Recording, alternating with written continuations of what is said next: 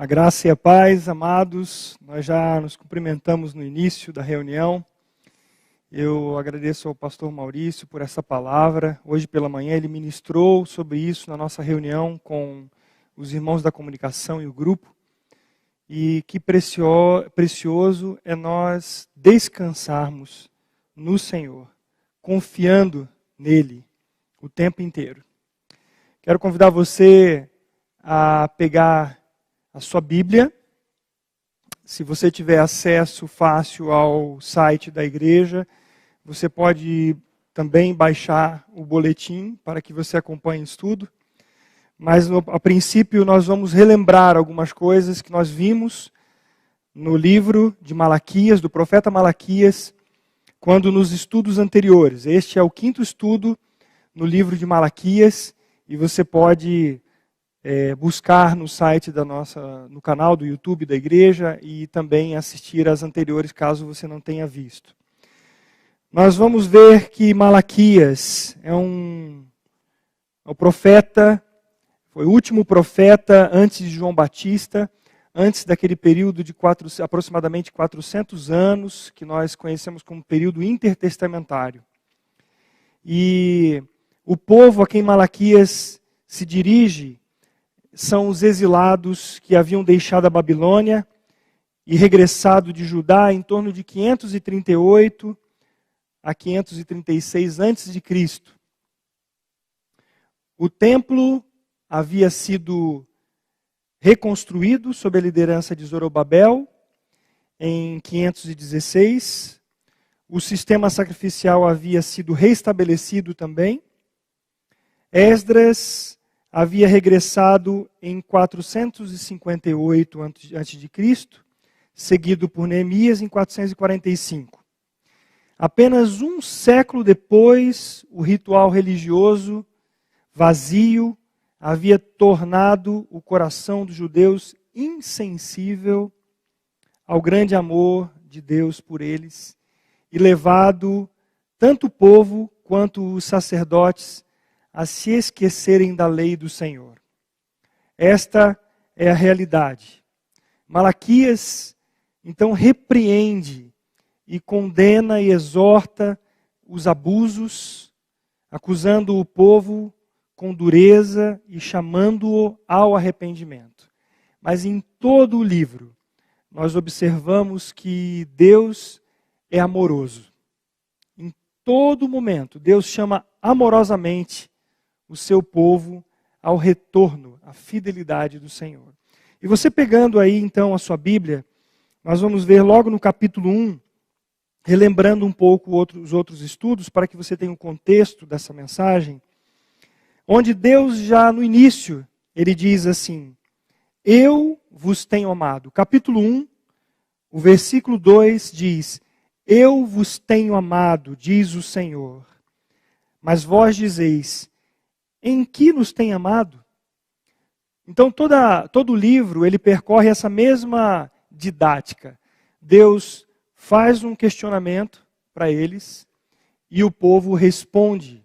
E a resposta do povo é de maneira cínica, porque o povo sabe, mas ele é aquele tipo João sem braço, que essa é uma frase popular dizendo que a pessoa se faz desapercebida. Mas Deus, então, fala do seu amor e da sua eleição. Logo nesta carta fica claro que não há injustiça da parte de Deus, porque ele diz que ele amou Jacó e aborreceu Esaú. Por quê? Porque Esaú, ele simplesmente negligenciou a herança, a palavra de Deus. Então Deus fez um monte de assolação. A causa de nós estarmos fora da vontade de Deus são as consequências do pecado. Mas Deus continua dizendo para Israel. Então ele vai entrar num ponto específico, dizendo que se eu sou, o filho honra o pai, versículo 6, e o servo ao seu senhor, se eu sou o pai, onde está a minha honra? Deus está perguntando isso para o povo de Israel, e como de fato a palavra de Deus é viva e eficaz, e é a palavra atual para as nossas vidas também. A pergunta para mim e para você é: se o Senhor, Ele é nosso Senhor, e Ele é nosso Pai, onde está a honra? Onde está o respeito? Por isso, esse livro diz sobre a banalização do culto cristão, da adoração que os filhos de Deus prestam ao Senhor. Deus continua dizendo assim que os sacerdotes que eram responsáveis pelo ensino também do povo, eles estavam desprezando. E Deus pergunta, fala para eles: vocês desprezam o meu nome? E aí novamente eles perguntam: em que desprezamos nós o teu nome? E Deus responde: vocês estão desprezando o meu nome quando vocês oferecem sobre o altar pão imundo. E ainda vocês perguntam: em que te havemos profanado? Eles dizem: a mesa do Senhor é desprezível. Olha que coisa. Deus abençoando, provendo, dando, e eles dizendo que a mesa do Senhor é desprezível. Eles traziam animais cegos, versículo 8, para o sacrifício, e Deus disse: isso não é mal? Vocês trazem aquilo que sobra, aquilo que é defeituoso. Esse culto de vocês, ele é vazio. Vocês acham que eu vou me agradar disso? Vocês acham que eu serei favorável a vocês? Vocês devem suplicar o favor de Deus. Vocês precisam de arrependimento para que realmente o coração de vocês seja aceito. E Deus coloca uma expressão de uma maneira tão forte, ele dizendo assim: tomara houvesse entre vós quem fechasse as portas, apagasse, é como aquela expressão, apaga a luz, fecha a porta e vai embora, porque o culto de vocês é vazio. Vocês desprezam o meu nome, vocês não me respeitam, não me honram, e eu vou aceitar a oferta de vocês? Vocês dão o que é resto? Essa é a adoração que vocês estão prestando? E vocês acham que vocês serão aceitos? Mas Deus diz que o nome dele é honrado e será honrado por toda a terra. E nós cremos pela palavra de Deus, na volta do Senhor Jesus Cristo, todo joelho se dobrará e toda língua confessará que Jesus Cristo é o Senhor. Uma verdadeira adoração. Mas o povo de Deus, muitas vezes, se reúne com um sentimento assim: que canseira, eu vou na reunião do povo, louvar ao Senhor, isso aqui não está bom, aquilo não está bom, e nada agrada. E diz: que canseira, porque estão desprezando o culto a Deus. Eu fiz uma live essa semana para o ministério e a questão que eu coloquei é como nós temos adorado ao Senhor no tempo de restrição da igreja, restrição de reunião. Porque a nossa adoração não depende de um lugar, não depende de uma situação externa, mas de um coração regenerado, temente ao Senhor, contrito e quebrantado diante dele.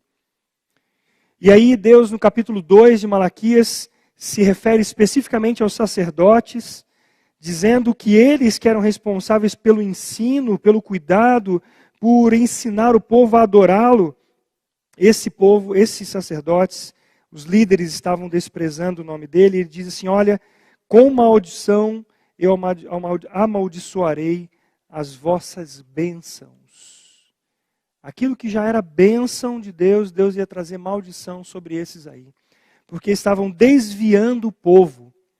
Deus diz que ele atiraria excremento no rosto desses sacerdotes, falsos profetas, falsos sacerdotes. Ele jogaria excremento, porque o sacrifício deles ele era vil. Eles profanavam o altar do Senhor. Ele fala que juntamente com os seus sacrifícios, eles seriam levados. Mas ele recorda que a sua aliança com Levi, ele restauraria. A aliança que foi dada, a aliança de vida e paz, ele restauraria. Olha que precioso, Deus sempre buscando e restaurando o seu povo. Mas sabe por quê? Por causa do nome dele. porque Ele colocou o seu nome no seu povo, Ele zela pelo seu nome. E aí nós vemos no decorrer desse livro que uma outra questão importante é da lealdade, do relacionamento do povo cristão. Como que o povo de Deus vai se relacionar entre si, com o mundo, na base do que o mundo age e reage? Como nós vamos lidar com as situações de pressão para que você minta, para que você fraude, para que você roube? Nós vamos agir da mesma maneira que agem conosco? E o Senhor chama a atenção assim: não nos criou o mesmo Deus? Por que seremos desleais uns com os outros? Capítulo 2, versículo 10. Profanando a aliança dos nossos pais que o Senhor fez conosco. E aí Deus acusa: vocês têm sido desleal, vocês têm sido abomináveis, têm cometido pecado e abominação em Jerusalém, profanando o santuário, e vocês têm se casado com adoradoras de deuses estranhos, idolatria. O Senhor diz que eliminaria, então, aqueles que fizessem tais coisas. O Senhor ainda diz que esse povo que estava idolatrando, estava se casando com outras mulheres de outros povos e sendo idólatras, eles vinham para o altar do Senhor com lágrimas e choro. Por que o Senhor não nos ouve? Por que o Senhor não ouve a nossa oração? Por que o Senhor? E aí o Senhor responde: sabe por quê? Porque eu fui testemunha da aliança entre ti e a tua mulher. O Senhor está presente no matrimônio. O Senhor é testemunha desse matrimônio.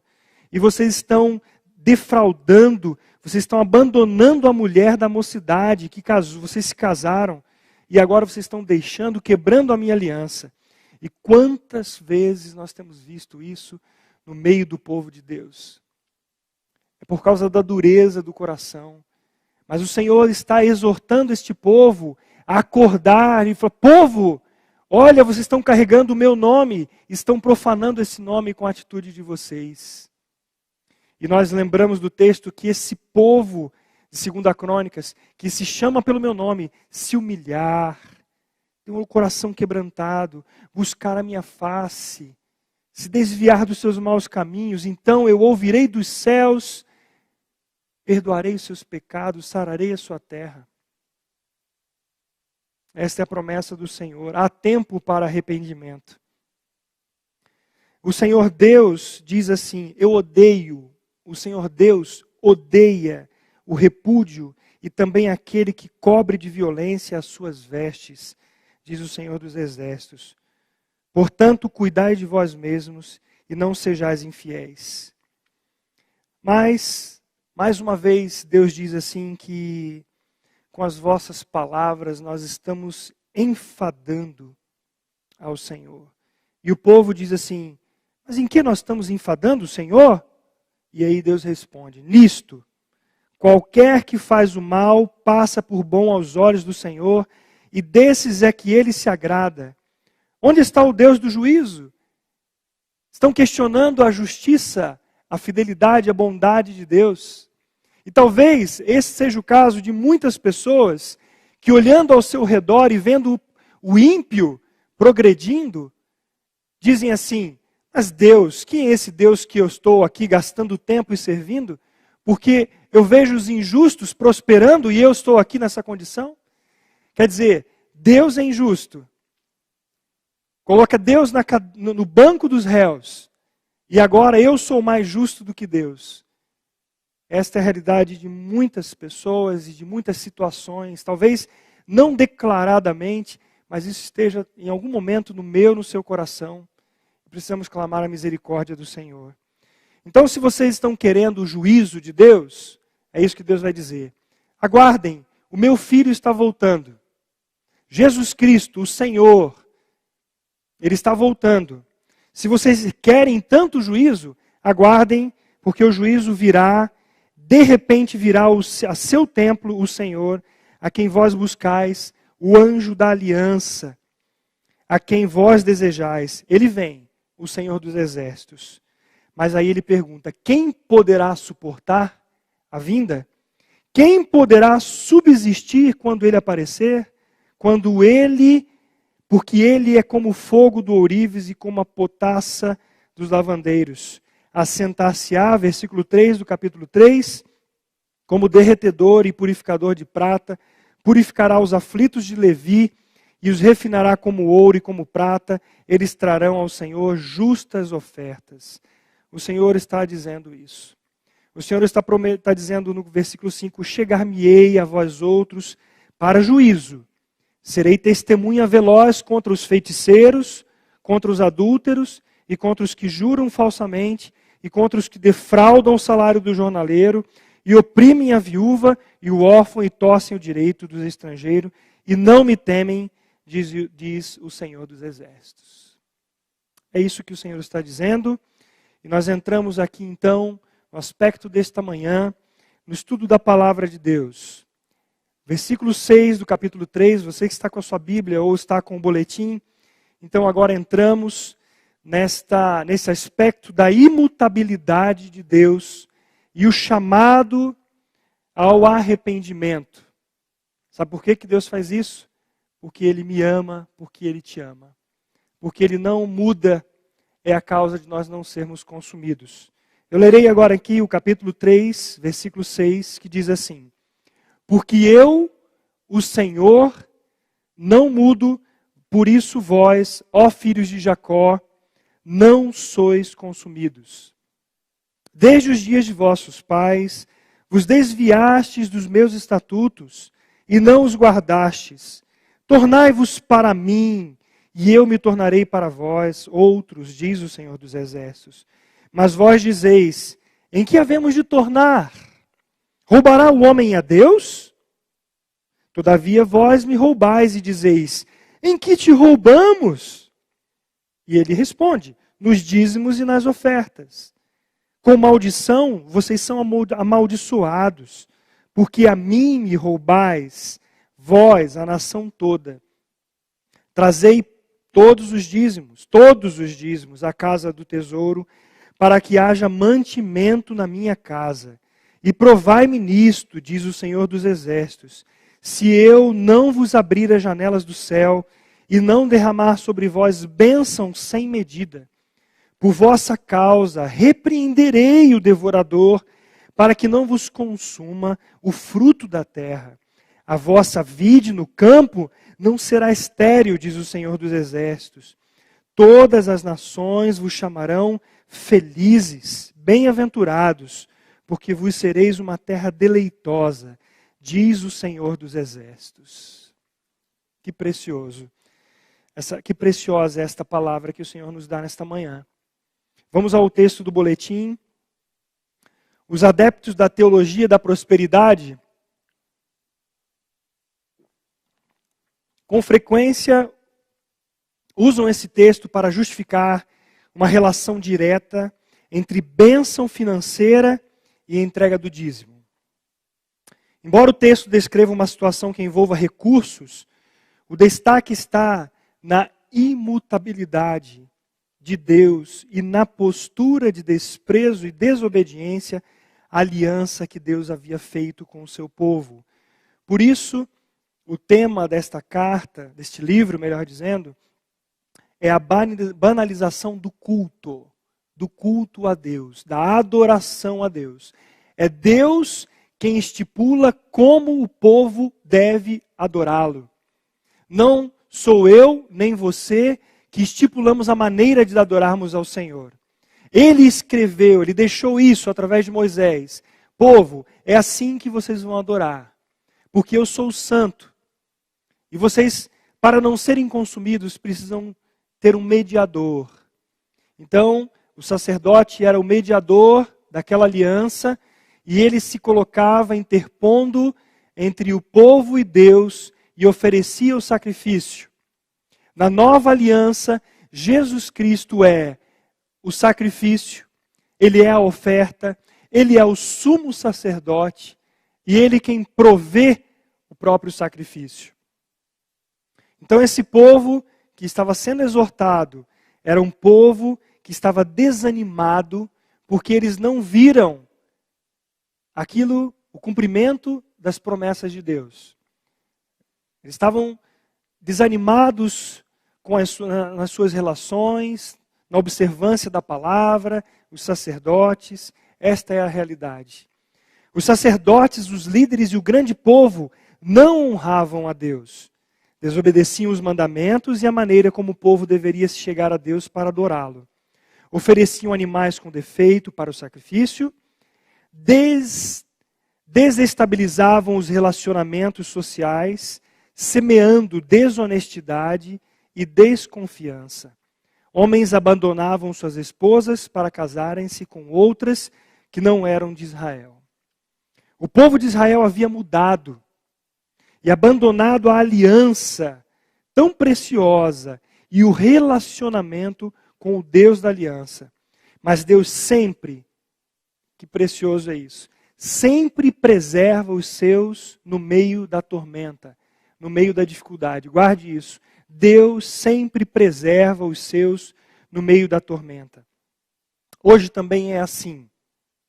Embora no meio do povo de Deus haja muitos que se misturam e se comportam como cristãos, todavia é na hora do aperto, da tribulação, que realmente os filhos de Deus permanecem confiando no Senhor.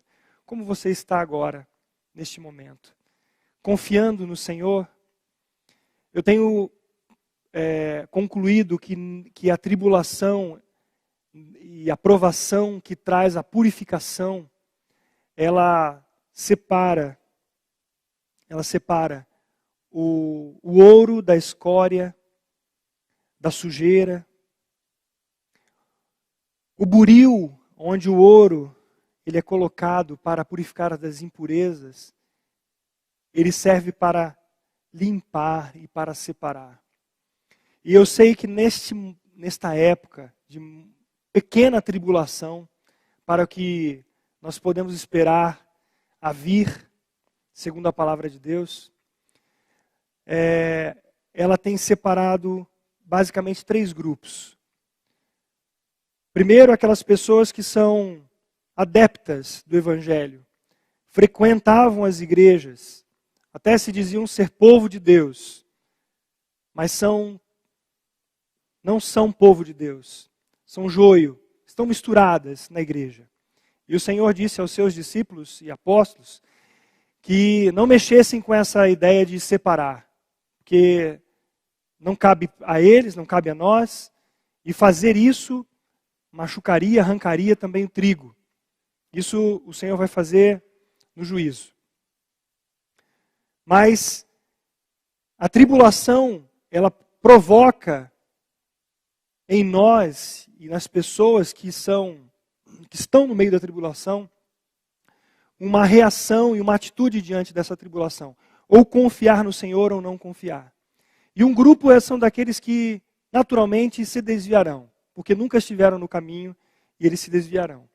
Um outro grupo dos salvos são pessoas como eu e você, que em algum momento vão titubear, vão vacilar, mas são filhos de Deus. E aí a igreja tem um papel importante para buscar esses, para pastorear, para reerguer, para dar o ombro e caminhar juntos. São filhos do Senhor. E aquele grupo que está firme, que está um pouco mais maduro na fé, e vai caminhar dando suporte para aqueles que ainda não estão tão maduros. Basicamente são esses 3 grupos. Então não é de nós nos pasmarmos que muitas pessoas deixem o convívio, a comunhão, e que vão fazer outras coisas na vida porque não confiam no Senhor. Então esse povo de Israel estava nessa circunstância. Mudou, abandonou a aliança. O Senhor, Ele sustenta o remanescente, Ele permanece esse remanescente, mas grande parte da massa dos chamados evangélicos tende a esfarelar. Disse Deus por meio do profeta Malaquias: porque eu, o Senhor, não mudo, por isso vós, ó filhos de Jacó, não sois consumidos. Malaquias capítulo 3, versículo 6. O caráter de Deus é imutável, e essa é a causa de não sermos consumidos. O apóstolo Paulo disse, em 2 Timóteo capítulo 2, versículo 13, se somos infiéis, Deus, Ele permanece fiel, pois de maneira nenhuma pode negar-se a si mesmo. Da parte do homem, há transgressão e desobediência, mas Deus permanece fiel, e fiel à sua palavra. Em seguida Deus diz, Malaquias capítulo 3, versículo 7, tornai-vos para mim, e eu me tornarei para vós outros, diz o Senhor dos Exércitos. E é interessante notarmos que Deus, Ele não está suplicando ao povo que volte para Ele. Ele não está dizendo, por favor, povo, volte para mim. Ele não está dizendo isso. Mas Ele está fazendo um convite amoroso. Amorosamente Ele está chamando a atenção para o fato de que fora da segurança do seu caráter, não há chance de vida real. Não há chance de sobrevivência.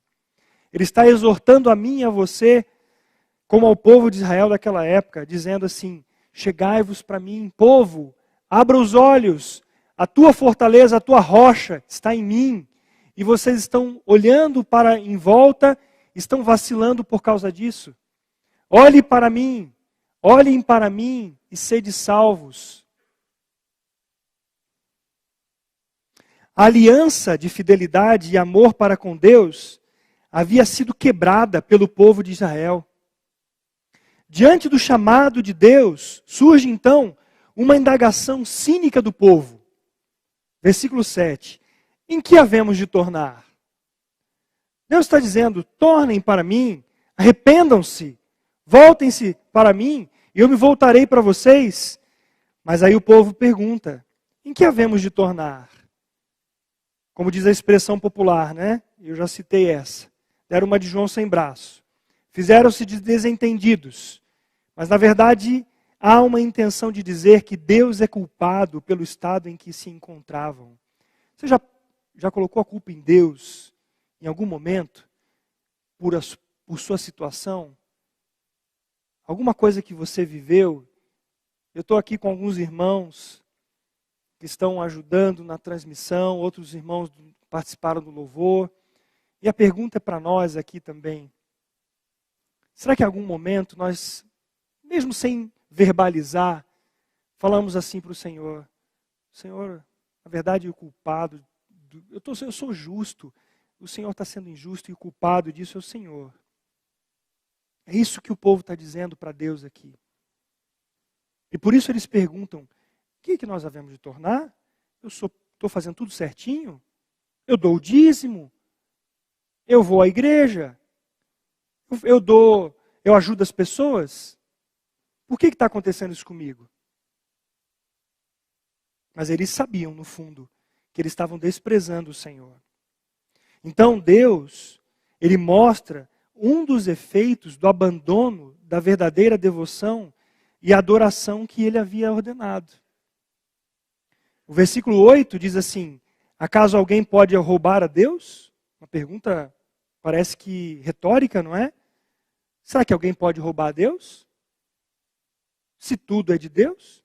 Sendo Deus o Criador e possuidor de tudo o que há no universo, o homem poderia roubá-lo? Não parece uma pergunta tola? Mas Deus vai chamar a atenção. Ele responde assim, vocês têm me roubado. Novamente o povo ironicamente pergunta, em que te roubamos, Senhor? E aí Deus responde, vocês me roubam nos dízimos e nas ofertas. Vocês estão roubando no culto que eu prescrevi para vocês. Por quê? A nação inteira está me roubando. Eu ordenei que vocês entregassem a 10ª parte de tudo que vocês estão recebendo, porque eu estou lhe dando tudo, e eu quero que o coração de vocês não esteja apegado a isso, sabendo que eu sou a provisão de vocês, e eu estipulei que vocês trouxessem os dízimos e as ofertas para mantimento na minha casa, para que aqueles responsáveis pelo culto, pelo serviço, pelas ações de beneficência, tenham o recurso para dar a outros. Eu estipulei isso como adoração, mas vocês estão achando que não, que vocês podem negligenciar isso. A grande questão da exortação de Malaquias não é, preste atenção nisso, não é a entrega do dízimo propriamente dita, mas a causa da negligência desse aspecto da adoração. Não havia a confiança em Deus, mas em si mesmo e nos próprios recursos. Isso se chama, sabe o que, amados? Apostasia. Ou seja, virar as costas. Eu não creio que Deus vai cuidar de mim. Então eu viro as costas para Ele, porque apostasia é isso, é virar as costas, e eu vou seguir o meu rumo, vou fazer a minha vontade, vou fazer aquilo que eu acho que é melhor para mim. E é isso que o povo estava fazendo. Deixa tudo isso de lado. É balela a palavra de Deus. Não vamos entregar nossos dízimos e ofertas, não vamos adorar como Deus está dizendo para adorarmos, vamos fazer conforme nós queremos. O profeta Malaquias, então, nos capítulos 1 e 2, acusa o povo de oferecer animais coxos, nós já vimos isso, animais cegos ou inadequados para um sacrifício a Deus. Aqueles sacrifícios impróprios revelavam o sentimento, lá no profundo do coração, de desprezo dos israelitas em relação a Deus. Hoje ainda, a fidelidade na contribuição é um importante indicador da lealdade e confiança do cristão em Deus. Olha isso aqui. Ainda hoje, a fidelidade na contribuição é um importante indicador da lealdade e confiança do cristão em Deus. Quando ele começa a titubear na confiança do cuidado divino, o dízimo é uma das primeiras contribuições que ele deixa de entregar. Veja novamente que o entregar um valor monetário não é uma questão de comportamento, mas de coração. Assim nos ensina Jesus no texto de Marcos, capítulo 12, versículo 41 a 44. Nós vamos ler agora. Veja que é uma questão de coração. Jesus, ele sentou-se perto da caixa de ofertas do templo e ele ficou observando o povo colocar o dinheiro. Muitos ricos contribuíam com grande quantia, grandes quantias. Então veio uma viúva pobre e colocou 2 moedas pequenas. Jesus chamou os seus discípulos e disse: eu lhes digo a verdade. Essa viúva depositou na caixa de ofertas mais que todos os outros. Eles deram uma parte do que lhes sobrava, mas ela, em sua pobreza, deu tudo o que tinha. Vocês viram? Que não é uma questão de comportamento. Nós observamos isso. Olha lá, o fulano está entregando. Olha lá, aquele lá não entregou. Olha, aquele ali, ele tem condições. Deve ter entrado ali um dinheiro grande. Aquele ali é pobre. Nossa, deve ter dado nada. Esse é o julgamento do comportamento, das atitudes exteriores. E Deus está visando o nosso coração. Eu queria que você prestasse atenção no seguinte. Dois pontos importantes que eu quero alertá-los aqui. Primeiro, a primeira igreja batista nunca foi de trazer esse assunto em grande relevância para a igreja, para os irmãos. Nós nunca tivemos, com receio até, talvez seja um erro, com receio dos extremos que nós vemos nas mídias, onde o dinheiro é o foco da reunião. A reunião acontece em função do dinheiro que vai ser recolhido.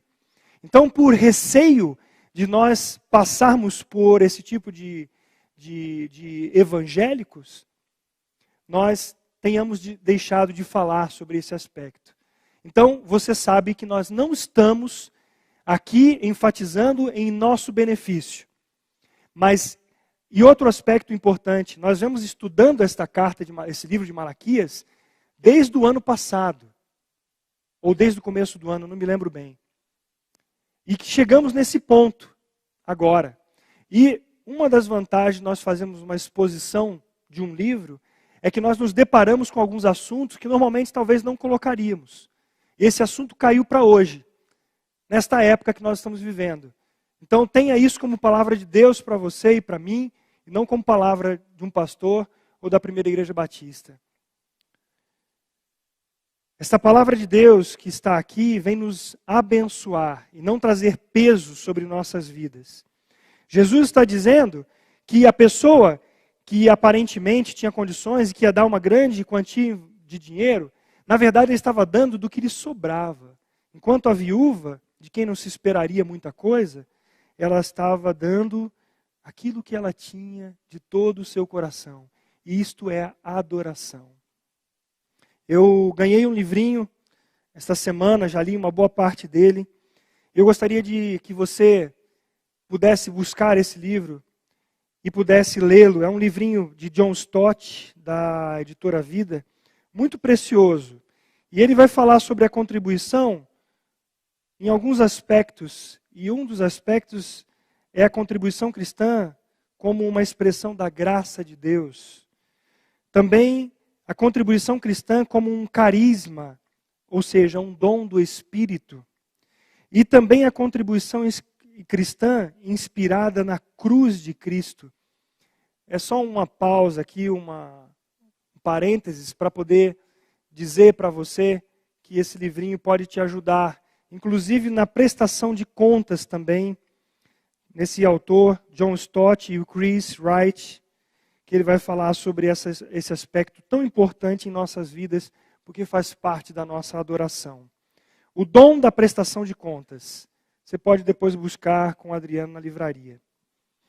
A primeira referência ao dízimo está em Gênesis capítulo 14, versículo 20, quando Abrão entregou a Melquisedeque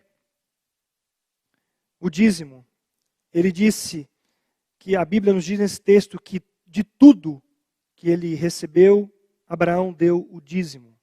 Observemos que essa entrega não foi pedida por Melquisedeque, mas oferecida espontaneamente por Abrão.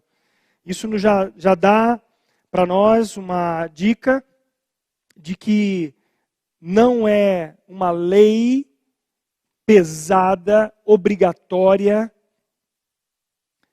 mas é fruto de um coração transformado por Deus que oferece espontaneamente.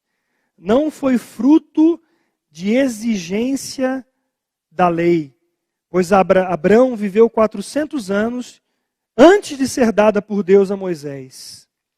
Abrão realiza um ato de adoração, pois entregou o dízimo a Melquisedeque, o sacerdote do Deus Altíssimo, que como rei e sacerdote prefigurava o próprio Cristo.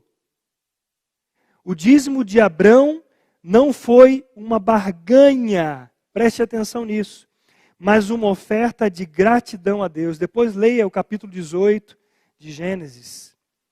Foi também ato de adoração quando ele diz ao rei de Sodoma: levanto a mão ao Senhor, o Deus Altíssimo, o possuidor dos céus e da terra. Ele tem uma expressão de adoração também em sua fala. Neste ato, Abrão reconhece que tudo o que tinha de bens era de Deus. Depois disso, Deus diz que seria o seu escudo e o seu galardão. Você veja, ele deu porque ele tinha gratidão no seu coração. Ele olha para o Melquisedeque como sacerdote do Deus Altíssimo. E aqui eu li que ele prefigurava o próprio Cristo. Então ele entrega de todo o seu coração essa oferta a Deus.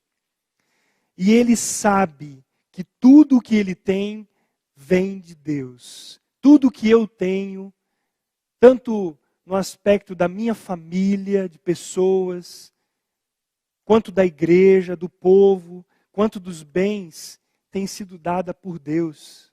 Não é verdade, irmão? E aí, o que eu tenho, eu vou julgar que eu não recebi de Deus? Que sou eu, pela minha própria força, minha capacidade? Confie nisso e você vai ver onde vai dar. Confie na sua própria condição e você vai ver. Nós vemos aqui, por esse livro de Malaquias, o que estava acontecendo com o povo. E ele então dá, ele entrega. E aí depois Deus diz para ele, eu vou ser teu escudo, eu vou ser o teu galardão. Que graça de Deus. Quando entregamos nossos dízimos e ofertas como culto e adoração a Deus, essa atitude ganha um profundo significado em nossa vida. Nós somos abençoados.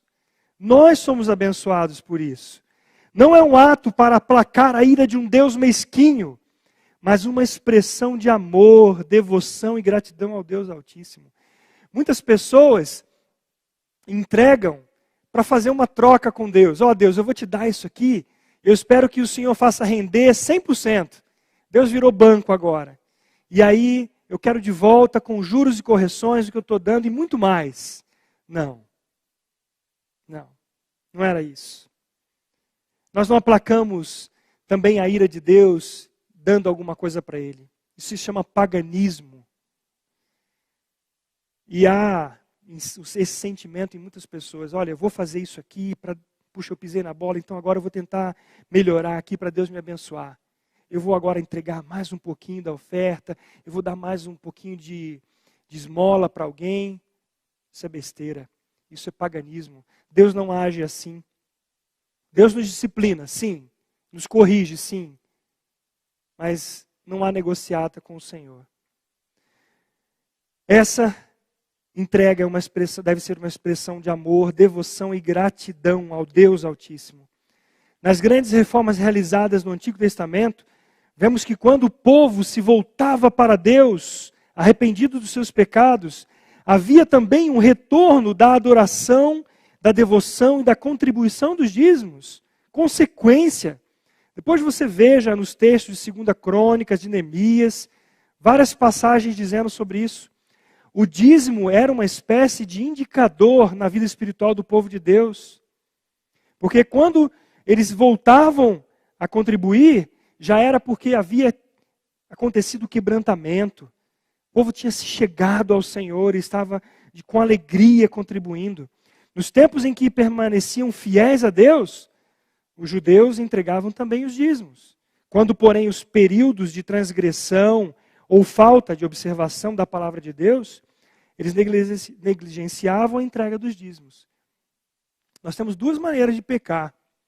Quando nós negligenciamos, não damos ouvido àquilo que a palavra diz, ou quebramos a lei de Deus na desobediência. E isso era muito claro quando o povo deixava de adorar a Deus dessa maneira. Mas Deus diz ao povo de Israel que a nação inteira, e isso não incluía o profeta, é claro, mas a nação inteira estava sob maldição, pois a nação inteira o estava roubando. Líderes, sacerdotes, chefes de família, mulheres, jovens, idosos, todos estavam negligenciando a aliança que Deus havia firmado com o povo. O cenário era muito ruim. E a tendência era de piorar mais ainda, por causa da transgressão da lei de Deus. O Salmo 42:7 diz assim: um abismo chama outro abismo ao rugir das tuas cachoeiras. Todas as tuas ondas e vagalhões se abateram sobre mim. Um abismo chama outro abismo. Esta é a visão do salmista olhando as quedas d'água e ele via que uma queda levava a outra queda e a outra queda. E assim vai a situação daqueles que abandonam o Senhor. Confiando em si, então vai cair num abismo. E se você permanecer, é outro abismo. E você cada vez mais vai para o buraco. Porque está negligenciando uma palavra de Deus muito simples. Filho, eu quero o teu coração. Se o teu coração estiver comigo, em mim, a observância de todas essas coisas vai ser algo prazeroso no seu coração. Mas se não, é um abismo chamando outro abismo. E a pessoa vai de mal a pior e não sabe que a sua vida financeira está ruim, porque ela não se apruma, é porque ela está negligenciando esse aspecto da adoração. Deus desafia o povo a provar sua fidelidade. Você vai ver com raras vezes isso, mas aqui Deus está dizendo assim: provem-me. Olha só o versículo seguinte: tragam todos os seus dízimos aos depósitos do templo, para que haja provisão em minha casa. Se o fizerem, diz o Senhor dos Exércitos, abrirei as janelas do céu para vocês, derramarei tantas bênçãos que não haverá espaço para guardá-las. Sim, ponham-me à prova. Essa é a versão NVT. Deus não incita o povo a testá-lo com descrença, que seria um sentido negativo, como em Meribá, quando o povo ele tentou ao Senhor dizendo assim: está o Senhor no meio de nós ou não? Êxodo capítulo 17, 7. Não é esta prova de desconfiança que o Senhor está nos ensinando aqui, mas é uma prova amorosa. Provem, tragam, vejam se eu não sou fiel à minha palavra, vejam se eu não vou ser fiel. Novamente a ideia aqui da imutabilidade de Deus, ela é lembrada. O Senhor está dizendo do versículo 10 a 11 de Malaquias assim: trazei todos os dízimos, todo, não é de alguma coisa, não, é todo dízimo. Ele está dizendo isso porque haviam vários tipos de dízimos, de tantas coisas, de colheita, disso, daquilo. Não negligenciam, tragam tudo à casa do tesouro, para que haja mantimento na minha casa. Provai-me nisto, diz o Senhor dos Exércitos, se eu não vos abrir as janelas do céu, e não derramar sobre vós bênçãos sem medida. Por vossa causa repreenderei o devorador, para que não vos consuma o fruto da terra, a vossa vide no campo não seja estéril, diz o Senhor dos Exércitos. Qual o motivo de Deus requerer que o povo levasse os dízimos e ofertas à casa do tesouro, sendo ele o dono do ouro e da prata, dono do universo? O que Deus está querendo nos dizer com essa expressão? O que Deus está querendo dizer para mim e para você? É impressionante.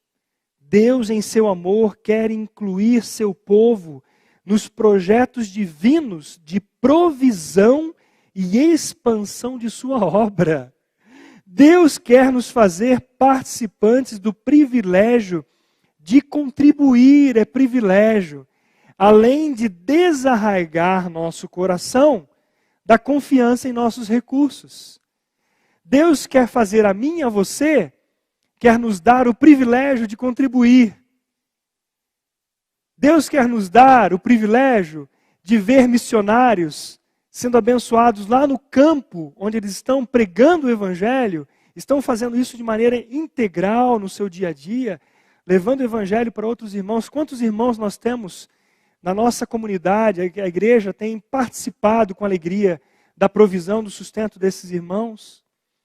Quantas pessoas têm sido abençoadas pelas ofertas com cestas básicas, que lá na colina tem sido depositado e distribuído a partir de lá? Quantas pessoas têm sido abençoadas com os projetos? E isso só é possível porque você que tem honrado ao Senhor, tem trazido os seus dízimos e ofertas. Isso tem sido bênção. E você tem sido abençoado por isso também, com alegria no seu coração. E a promessa é que Deus não vai deixar que o devorador consuma, que a sua sacola ela tenha fundo, não esteja com fundo furado, e tudo que você ganha de repente desapareça. O Senhor dá os recursos e Ele sustenta, mesmo que aquilo que você almeje, você não tem em mãos. Por que eu estou dizendo isso? Porque aquilo que nós de fato precisamos, Deus não tem deixado faltar. Essa jaqueta que eu estou vestindo aqui, que está me aquecendo, eu ganhei. Uma pessoa que ganhou um pouquinho mais de peso, não conseguia usar, e me deu. E eu fui abençoado com essa jaqueta. E eu ganhei uma outra, e eu dei a minha jaqueta para um outro irmão que também não tinha.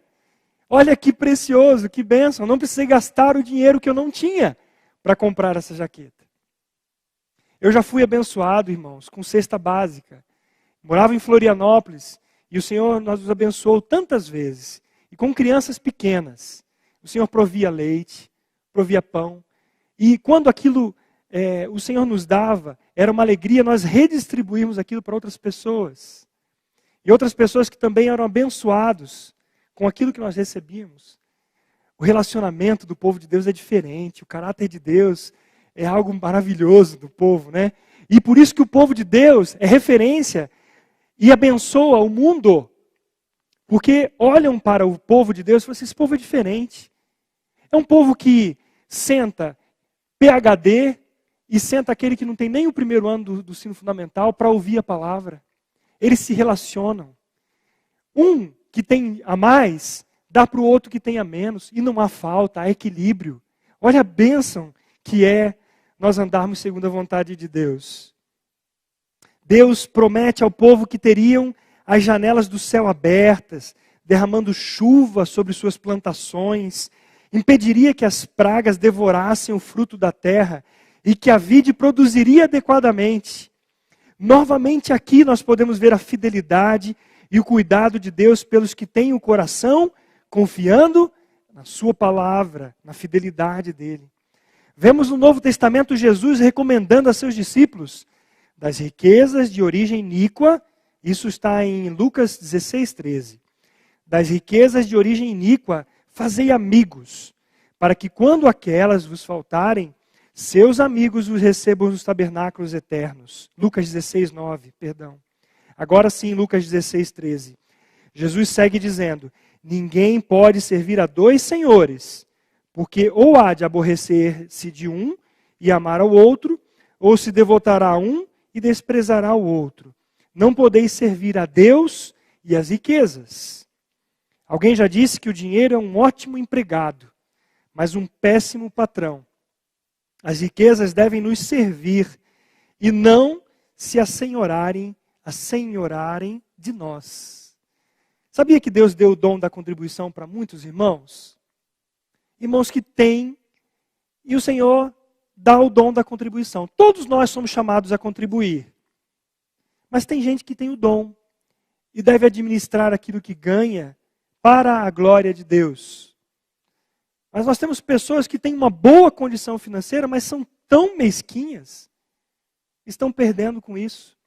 Perdendo de serem abençoadas primeiro por Deus, com esse amoroso dom de contribuir. Estão deixando de abençoar outras pessoas. Estão perdendo. A expressão que Deus usa nesse texto, tornai-vos para mim, do versículo 7, eu retomo para concluir esse estudo, significa retornar ao primeiro amor, lembrado em Apocalipse, capítulos 2, versículo 4 a 5. Nós leremos agora. Tenho, porém, contra ti, que abandonaste o teu primeiro amor.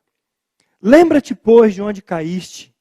Arrepende-te e volta à prática das primeiras obras. E se não, venho a ti e moverei do seu lugar o teu candeeiro, caso não te arrependas. Aqui, gente, o retorno, o tornar-vos para mim, é o mais importante. A consequência sobrenatural, sabe qual é? É a bênção de Deus. É consequência, não é causa.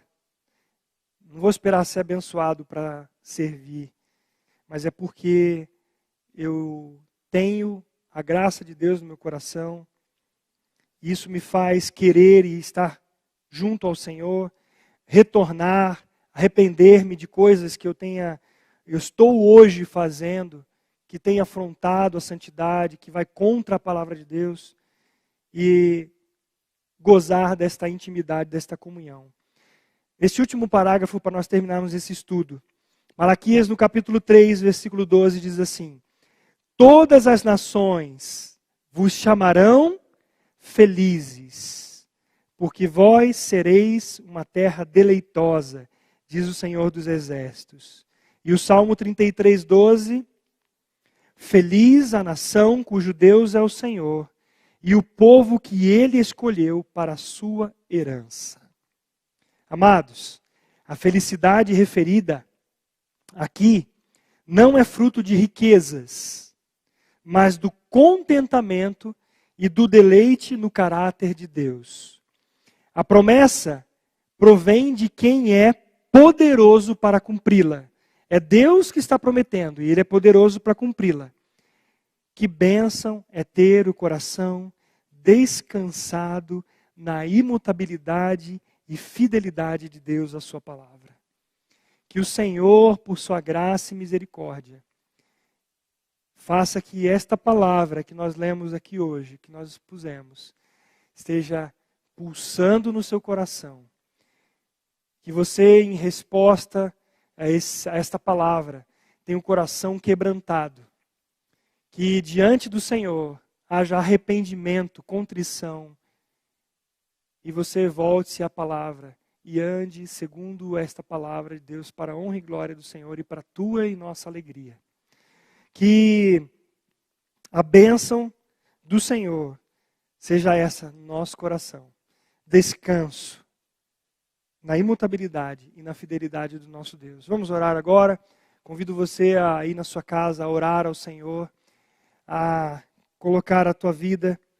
Tenha um tempo agora de análise diante do Senhor e pedir que Ele fale, que Ele faça e que a prática da palavra do Senhor seja algo real na minha vida, na sua vida. Vamos orar mais uma vez. Pai querido, te dou graças por esta manhã. Desde o primeiro momento, quando às 7:30 da manhã nós nos reunimos aqui para tratar das coisas do reino, para na comunhão do Senhor podermos iniciar o nosso dia confessando a tua soberania, confessando que o nosso coração ele é instável, passa por temores, mas que em ti há um manancial de vida, de segurança, de estabilidade, e que nós carecemos do Senhor. Muito obrigado, Pai, por esse culto que prestamos ao Senhor e que nós fomos tão edificados pela possibilidade, pelo cântico ao Senhor, por tua palavra, pela exortação do pastor Maurício, por esta palavra de Malaquias para as nossas vidas. Pai, vivifica esta palavra no coração de cada um que ouve esta palavra. Nós te damos graças pelos recursos, porque o Senhor é o dono do ouro e da prata, o Senhor criou todas as coisas. E o Senhor envia filhos e até os ímpios, para trabalharem para aqueles que em ti esperam. Nós louvamos o teu santo nome, te damos graças e oramos aqui, esperando no Senhor, em nome de Jesus Cristo. Amém. Amados, tenham um bom dia, na graça e na paz. Aproveitem o dia para a comunhão com o Senhor, comunhão com os teus amados, na alegria do Senhor. Até a noite, às 18h30, se assim o Senhor quiser.